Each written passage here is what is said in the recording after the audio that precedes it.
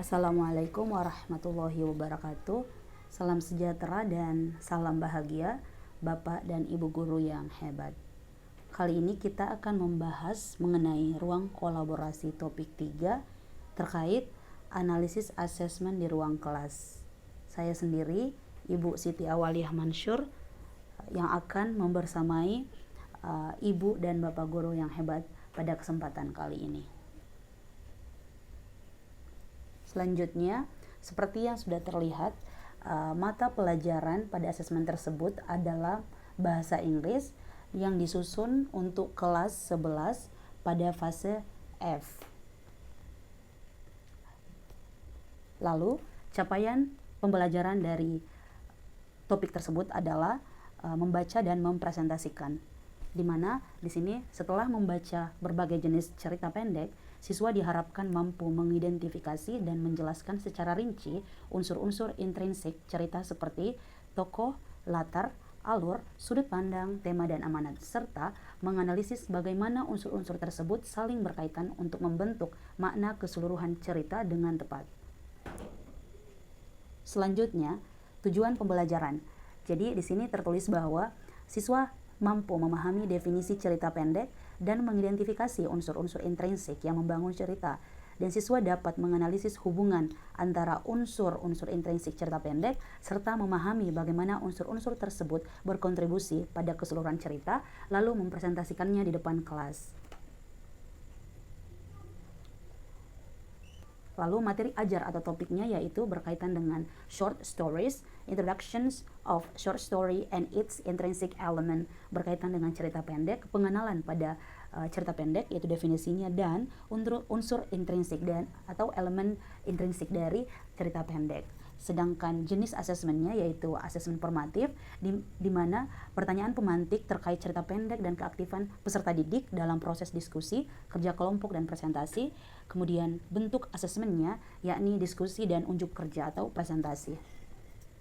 Pertanyaan pertama atau kasus pertama yang akan saya paparkan pada kesempatan kali ini yaitu bagian mana dalam asesmen tersebut yang menunjukkan kesesuaian dengan tahapan perkembangan peserta didik. Jadi pertanyaan pemantik yang ada disesuaikan dengan tingkat kognitif peserta didik sebagai kelas yaitu kelas 11. Di samping itu, pertanyaan tersebut dikaitkan dengan kehidupan personal mereka atau pengalaman mereka secara pribadi. Kemudian, asesmen yang dilakukan saat proses diskusi dan atau pengerjaan proyek kelompok serta proses presentasi ditekankan pada kemampuan untuk bekerja sama dan berpikir kritis.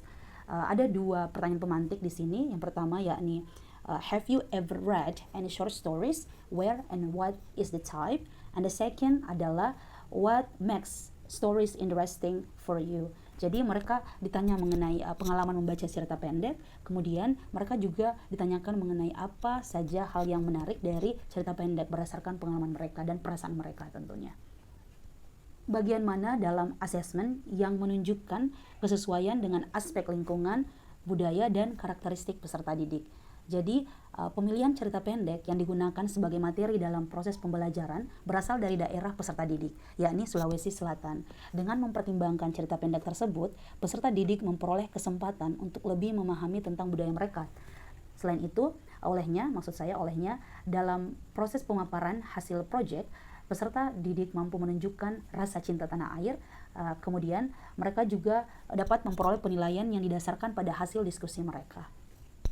Bagian mana dalam asesmen yang menunjukkan kesesuaian dengan kemampuan peserta didik? Baiklah, berdasarkan pemilihan topik, yakni short stories, disesuaikan dengan kemampuan peserta didik pada tingkat kelas 11 dan capaian pembelajaran sesuai peraturan Kemendikbud. Kemudian, soal kelompok yang dikerjakan untuk melakukan presentasi disesuaikan dengan kelas dan fase peserta didik. Berikut beberapa pertanyaan yang dikerjakan oleh setiap kelompok. Yang pertama adalah who is the protagonist of the story, and the second is what is the main character's dilemma, problems faced by them. Then the third is about where and when does this story take place. And next is how is the problem solved, what message is the author trying to convey, and the last one is have you ever been in the same situation as the character in the story. Jadi pengerjaan dari pertanyaan-pertanyaan tersebut juga dilihat dari kemampuan yang dimiliki oleh peserta didik, di mana pengerjaan dilakukan secara beragam oleh peserta didik. Pertanyaan nomor 1 sampai nomor 3 dijawab oleh peserta didik dengan kemampuan low sampai medium. Kemudian pertanyaan nomor 4 sampai 6 dikerjakan oleh peserta didik dengan kemampuan high dalam mata pelajaran bahasa Inggris. Bagian selanjutnya, bagian mana dari asesmen tersebut yang menunjukkan kesesuaian bahwa sudah memberikan ruang bagi peserta didik untuk memberikan feedback atau umpan balik pada proses pembelajaran. Baiklah, hal tersebut dipaparkan pada bagian refleksi untuk guru dan peserta didik terkait hal-hal yang dapat dikembangkan dari materi yang dipelajari. Selain itu, pada bagian refleksi juga diberikan pertanyaan terkait kesulitan yang dihadapi oleh peserta didik pada materi tersebut. Pertanyaan terakhir yaitu hal yang dapat saya tingkatkan sebagai calon guru dari asesmen tersebut apabila dikaitkan dengan 3 strategi pembelajaran, yaitu sebagai guru di kelas tersebut, hal yang akan saya tingkatkan untuk memaksimalkan efektivitas asesmen dengan memperhatikan ketiga aspek strategi pembelajaran adalah lebih menekankan pembelajaran yang inklusif dan engaging. Dengan adanya kedua hal tersebut, saya percaya bahwa proses pembelajaran dan asesmen akan lebih akurat karena adanya partisipasi yang aktif dari semua siswa tanpa memandang latar belakang mereka tentunya. Kemudian, motivasi peserta didik juga akan meningkat ketika mereka merasa terlibat dan tertarik pada materi dan atau aktivitas yang ada. Namun demikian, harus saya tambahkan di sini bahwa ada tantangan yang lebih karena dalam satu kelas guru dapat menghandle 36 siswa atau bahkan lebih, sehingga dibutuhkan tenaga yang lebih juga untuk mempersiapkan asesmen yang sesuai dengan kebutuhan peserta didik dan berpihak kepada peserta didik. Alright, I think that's all from me.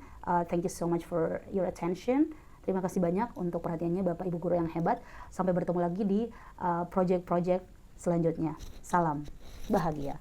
Semangat PPG.